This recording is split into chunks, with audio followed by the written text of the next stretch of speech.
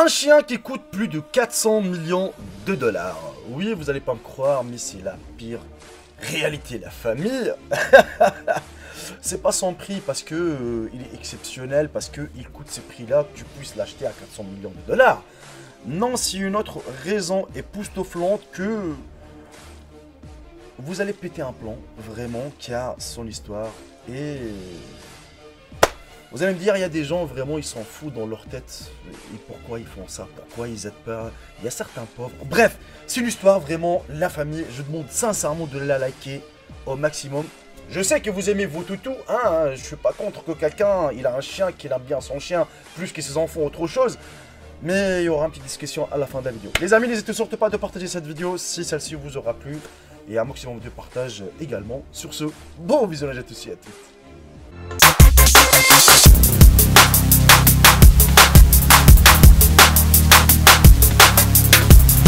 Ce berger allemand, les amis, vaut plus de 400 millions de dollars. Mais attendez de voir pourquoi. Des manoirs, caviar, limousines, les styles de vie des riches et des puissants va aux chiens justement. Et ce n'est pas tous les jours qu'un chien arrive dans une maison de vente à Thorn, Italie, en limousine avec chauffeur. Pourtant, le berger allemand nommé Günther Kat a non seulement assisté à la vente, mais il a remporté une vente aux enchères en 2001 pour une truffe blanche rare avec une offre gagnante de 3 millions de livres, soit environ 1,1 million de dollars. C'est un tas d'os, on est bien d'accord. Une journée typique de la vie de Günther Kat n'a rien d'extraordinaire. Avec une multitude de manoirs, des voitures et des personnels humains, Günther vit comme un bon garçon. Le chien ébloui est attendu pattes et pieds par une femme de chambre et un majordome personnel. Il mange des steaks et du caviar pour le dîner sous les ordres de son personnel humain, profite des étés frais dans sa piscine personnalisée et se promène en limousine alors qu'il est emmené d'un domicile de plusieurs millions de dollars à un autre. Et ce n'est pas tout, il faut savoir que les acquisitions de Günther incluent des domaines situés aux Bahamas, en Allemagne et en Italie, y compris la maison de Miami d'une valeur de 7,5 millions de dollars, autrefois occupée par la diva pop Madonna. Et ce n'est rien de moins que de tomber dans les dents, de penser que la richesse gratuite de ce chien continue de croître, et pourtant elle monte en flèche. Oui, tu l'as bien lu l'ami, 400 millions de dollars grâce aux investissements judicieux des gardiens des Günther. Alors, à qui appartient Günther Kat? Il faut savoir les amis que personne en soi, Günther Kat a hérité sa fortune de son père Günther III. Et ça devient de plus en plus mystérieux, on est bien d'accord. Et ce n'est pas tout à fait aussi fou que cela puisse paraître. Günther III appartient à la comtesse allemande et multimillionnaire Carlotta Leibenstein. À sa mort, Carlotta, une amoureuse des animaux, bien connue et profondément attachée à ses animaux domestiques, a laissé son immense fortune de 90 millions de dollars à son compagnon canin. Son animal de compagnie bien aimé a amassé une fortune astronomique. Et aujourd'hui, le fils de ce chien, qui est bien évidemment Günther Kat, est vraisemblablement le fils de son fils, ainsi de suite, et le chien le plus riche du monde. Le prochain chien le plus riche du monde appartient à Oprah Winfrey, qui a créé une fiducie de 30 millions de dollars pour ses 5 chiens gâtés. Günther remportera peut-être le trophée du chien le plus riche du monde, mais vivre comme le chien des luxes du luxe n'est pas tout ce qu'il est censé être. Les critiques du style de vie de Günther suggèrent que déplacer un chien d'une maison à l'autre sans domicile permanent peut être dommageable pour la psyché d'un chien, tout comme pour un enfant humain.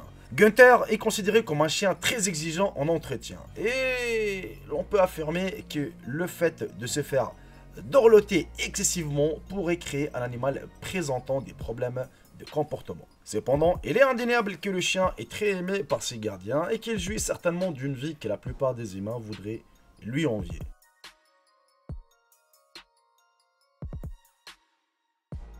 C'est assez fou, on est bien d'accord les amis. Quand tu dis que, par exemple, je sais pas, la xème personne, ou la xème personne, voilà, la plus riche du monde, et que c'est un chien qui possède des maisons, des limousines, des personnels qui travaillent pour lui, des chiffres d'affaires, Il te fait des enchères, il mange pas n'importe quoi, hein, il dort pas sur n'importe quel lit, il boit pas n'importe quoi non plus, il a une salle de sport pour lui, il a une piscine spécialisée, des chefs de cuisine. Enfin bref, c'est la vie que tout le monde rêve d'avoir. C'est un multimillionnaire qu'il a hérité à son père, le chien Gunther 3. Hein, ce Gunther 4 qui coûte plus de 400 millions de dollars. Écoutez, il a hérité à son père plus de 90 millions de dollars. Que son père, il a hérité à sa propriétaire, la comtesse allemande Liebenstein. Écoutez, elle avait personne apparemment. Elle avait ni papa, ni maman, ni enfant, ni rien du tout. Mais je pense qu'elle pouvait faire profiter son argent autrement. On est bien d'accord. Je pense qu'il y a des associations en Allemagne. Ne me dites pas que la pauvreté n'existe pas en Allemagne. Bah tiens, dans le monde entier. Pourquoi tu n'envoies pas de l'argent en Afrique, par exemple? Je sais pas, moi, il y a des pays qui crèvent la dalle. T'as des gens qui vivent avec moins d'1 euro par jour, qui ça fait 2 jours qu'ils n'ont pas mangé. D'ailleurs, récemment, j'ai vu une vidéo sur Twitter d'une retraitée française qu'elle vit avec 727 euros plus précisément, et que ça fait 2 jours qu'elle n'a pas mangé. Pendant 2 jours, qu'est-ce qu'elle a fait? Bah écoutez, elle a fait un café, elle a trempé du pain dedans, et puis voilà. Et ses enfants, ils ne savent pas que elle vit dans la misère. Vous voyez, donc la pauvreté elle existe aussi en Allemagne. Les sans-abri, tiens, pourquoi n'est pas, par exemple, faire un geste, je ne sais pas moi, donner ça à une association ou à l'État, tous les sans-abri auront un logement. Je pense qu'avec plus de 400 millions de dollars, il y a de quoi faire franchement des logements et ça serait bien vu. Mais donner tout son héritage à un chien qui ne parle pas. Je ne suis pas contre le chien, hein, ça je vous le dis. Hein, vous faites ce que vous voulez avec vos animaux. Moi aussi j'aime bien les animaux. Surtout j'aime bien les chats, si vous préférez, si vous voulez savoir. Mais donner tout mon héritage à mon chien, c'est quand même du n'importe quoi. On est bien d'accord. Je trouve ça minable, débile. Pff, mais vraiment, mais en fait, c'est vrai, hein, quand on dit que les gens, quand ils ont de l'argent, ils savent plus quoi faire avec leur argent, là maintenant, ça s'applique vraiment.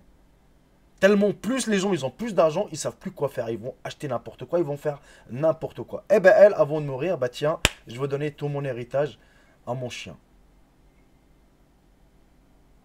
Je sais pas moi, franchement, il faut chercher, hein. Ne me dites pas qu'à la personne de sa famille, je sais pas, de son arrière-grand-père, de quelqu'un. Enfin, à un homme, quoi, ça soit un être humain, quoi, mais à son chien. Certes, t'aimes bien ton chien, tu l'aimes bien, tu le kiffes, c'est plus que tes enfants, ainsi de suite. Mais ça reste qu'il faut.